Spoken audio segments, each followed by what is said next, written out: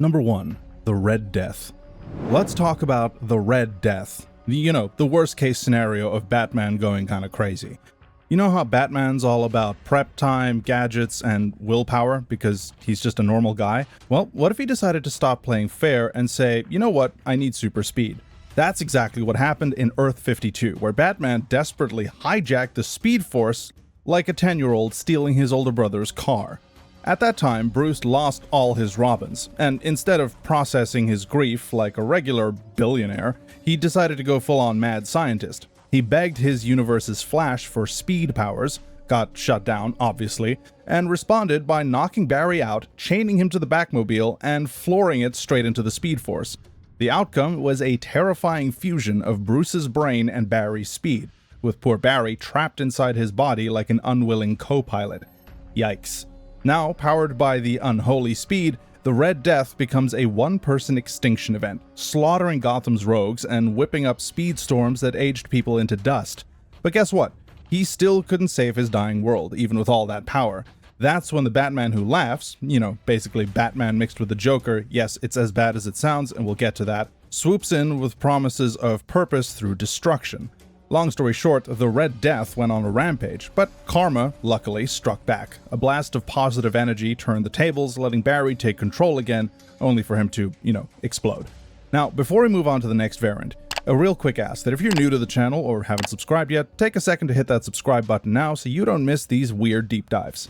Number 2. The Dark Knight strikes again. The Merciless is what happens when Batman stops brooding in his cave and decides war is the answer. This version of Bruce Wayne from Earth 12 took things way too far after losing Wonder Woman, or at least that's what he thought happened. And instead of, coping with it with, therapy, he grabbed Ares' helmet and turned into the literal god of war. Smart move, right? Now, this wasn't just some cool headgear. Ares' helmet amplified power 100-fold. Still, it came with a little catch, an insatiable thirst for battle. Bruce, grief-stricken and convinced he could handle it, put on the helmet and immediately went full Spartan rage mode. Anybody who's played God of War will know how that ends. First, he kills Ares, then, when Diana turned out to be alive and tried to stop him, he chose godhood over love and cut her down too. Yikes. From there, it was a bloodbath. Villains, gone. Heroes, slaughtered. The gods of Olympus, dethroned. Even the Amazons fell, their spirits trapped in a massive golden war drum he used to summon an undead army. Cool. At this point, Bruce wasn't just winning wars, he was wiping out entire civilizations. And just when you thought it couldn't get worse, the Batman who laughed showed up, again, offering him a spot in the Dark Knights. And Bruce didn't hesitate, not even for a second. He was all in, fully convinced that mercy was for the weak. Number 3. Flashpoint Batman. Flashpoint Batman, aka Thomas Wayne, is the version of Batman who thought the whole no-killing thing was kinda stupid, and threw it out the window, and then set the window on fire just to be sure. His story is all violence and tragedy. On one fateful night, Joe Chill attacked the Wayne family, but instead of Thomas and Martha dying, their son Bruce was the one who got shot, which, broke them, just in very different ways. Thomas, fueled by rage, hunted Chill down and beat him to death with his bare hands, which, fair.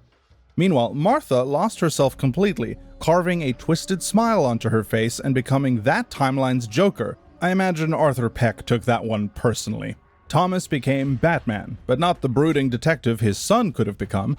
No, this Batman had zero patience for Gotham's criminals. He ran Wayne casinos to fund his war on crime, executed criminals without a second thought, and even worked with Penguin as his head of security. For a while, he tried to do the whole mentor thing with a young Catwoman, but his heart turned to stone after Martha got to her. Then Barry Allen, the Flash, crash-landed into his timeline, talking about a reality where Bruce was alive, which understandably changed everything for Thomas. He helped Barry restore the timeline, sacrificing himself to ensure that it worked. But death kinda didn't stick. He returned, got tangled in multiversal madness, tried and failed to convince Bruce to quit being Batman, and kept fighting no matter what, because in the end, he was still a Wayne. Number 4. Zur-En-Arrh Batman. Let's talk about Batman's wild side. Zur-En-Arrh, a hidden, chaotic version of Batman that isn't just a different suit and attitude, it's a very different personality. In this version, Batman gets unhinged, unpredictable, and completely ruthless. But how does this happen? Well, it starts on an alien planet when an alien scientist named Tano, who idolized Batman, decided to become his world's version of the Dark Knight, but also with Superman-level powers. Together, they fought giant robots, and after the win, Tano handed Batman a gadget, the Bat Radia, that scrambled enemy tech. Bruce returns to Earth, but things get a little weird. Years earlier, Dr. Simon Hurt, a mad scientist, planted a trigger in Bruce's mind. If his psyche ever shattered, this wild, unfiltered version of Batman would take over, and that's exactly what happened. One day, when Bruce's mind cracked under pressure, the Batman of Zur-En-Arrh emerged. Gone was the detective with the moral compass. This Batman was all about survival, brute force, and chaos. He wore a bright, makeshift costume, as weird and out of place in Gotham as his unhinged methods. This side of Batman wasn't some fallback. It was a failsafe designed by Bruce himself for the darkest of times. And let's face it, when you're battling giant robots or trying to survive Gotham's most messed up nights, you don't always need a cape and a bat signal. Sometimes you just need raw chaos. Ultimately, even Batman's limits have limits, and Zur-En-Arrh is the ultimate example. Number 5. Owlman. If Batman had a truly evil twin, it would be Owlman. If bats represent fear to Batman, Owlman is kind of like what happens when you have a ruthless genius predator. This guy was also a mastermind like Bruce, who played Gotham like a chessboard, moving criminals around like pawns, eliminating anybody in his way. Born Thomas Wayne Jr. on Earth 3, a universe where good and evil are flipped, he grew up in tragedy. Their mother gunned down his little brother Bruce, but instead of seeking justice, Thomas went down a much darker path. Raised by the criminal who killed his family for some reason, he became Owlman, Gotham's undisputed ruler. This brilliant strategist kind of makes Batman look reckless. But Owlman wasn't about brute force. He's a master manipulator. His version of Jim Gordon was a crime boss. His Robin, Talon, was more assassin than sidekick, and he spent years outplaying Ultraman by seducing Superwoman behind his back. He even allowed resistance movements because he could control that chaos. Yet, deep down, there was something human in him. In a rare moment, when he crossed into Batman's world, he stood over his family's graves in silence. No grand speech or dramatic breakdowns, just a glimpse of a broken man inside a monster. Owlman's view of the multiverse is that nothing really matters, so he's not the kind of guy you want to get on the wrong side of. Number 6. The Devastator. Batman with doomsday powers. That's a nightmare that nobody asked for, but Earth -1 got it anyway. Meet the Devastator, a Batman who took the phrase, "if you can't beat them, join them," a little too seriously. In this world, Superman snapped, killed Lois, and went full tyrant, and left Batman no choice but to fight him. And let's be real, a normal guy in a bat suit against a sun-powered demigod is not a fight. No matter how many Marthas are involved, it's going to be a massacre. So Bruce playing dirty with his kryptonite spear was just a distraction. His real ace was the Doomsday virus. One injection and suddenly Batman wasn't just fighting Superman, he was breaking him. The Man of Steel was down for good after one bone spike through the chest. But this was a really expensive victory because the virus spread like wildfire, turning Earth -1 into a wasteland of mindless Doomsday clones. And that's when Batman Who Laughs came knocking, because that's apparently what he does, offering this Bruce a new purpose. With nothing left to save, he accepted, becoming the Devastator, a living weapon of destruction in service to Barbados. On Earth 0, he tore through Metropolis like a wrecking ball, infecting Lois Lane and nearly wiping out Superman's allies. The Devastator is kind of like when you mix Batman with the Hulk, and it's just as terrifying as you think. Number 7. The Batman Who Laughs. You've already heard about this guy a couple times, but basically imagine taking Batman's genius, mixing it in with Joker's insanity, and you get a walking, talking apocalypse in a batsuit, the Batman Who Laughs. On Earth 22, the Joker took his villainy to a whole new level. He didn't just kill people, he turned Gotham into his horror show. He wiped out the entire rogues gallery, including Commissioner Gordon and innocent kids dissolved in acid, transforming them into creepy, Jokerized monsters. And just when Batman thought it couldn't get any worse, the Clown Prince of Crime forced him to watch it all unfold. Bruce eventually snapped, obviously. No gadgets, no clever plans, just pure, unfiltered rage. He kills the Joker with his bare hands, snapping his neck. But here's the kicker. That was exactly what the Joker wanted.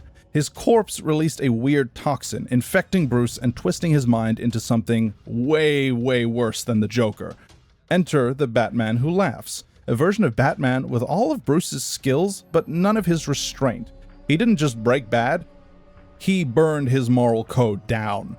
His new mission was to just spread chaos across the multiverse, leading his army of Jokerized Robins like some sort of nightmare conductor. The Batman Who Laughs is kind of the worst case for any Batman, because first, he broke, and then he went insane and became the thing that he hated the most. So yeah, that's kind of like a double whammy. Number 8. Final Bruce Wayne. Here's a fun recipe: Batman's obsession with control, some god-tier powers, and you get Bat-Manhattan, a Bruce Wayne who went from the world's greatest detective to a walking, talking, cosmic nightmare. It all started when Bruce got his hands on the Comedian's Button, that eerie little artifact crackling with power. Curiosity got the best of him, classic Bruce, and he tried to recreate its energy using a machine straight out of a sci-fi horror flick. But surprise, the Batman Who Laughs had other plans. He locked Bruce inside, flipped the switch, and boom, Batman got vaporized. But did he die? Nah, if you know Watchmen, you know what happens next. Atom by atom, molecule by molecule, he pulled himself back together like Dr. Manhattan.